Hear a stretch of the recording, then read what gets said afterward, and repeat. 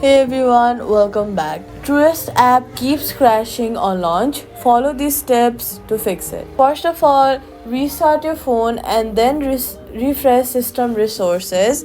Head over to your app store, search for Truist mobile app, and then check if new app update is available and install it. Issues like crashing happen because you are using the outdated version of the app. Updating your app ensures you have all the latest files and bug fixes.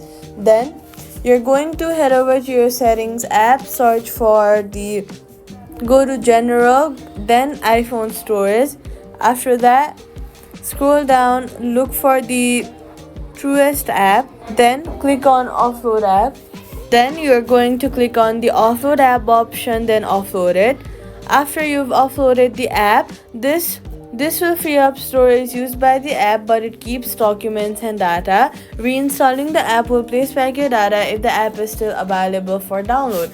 Then, if crashes continue, then you'll have to reinstall the app and then download it from the app store. Now check that your OS version is compatible with the app. Open the app after reinstalling and logging in. These steps fix most startup crashes and make the app stable again. So that's it. Subscribe for more quick fixes.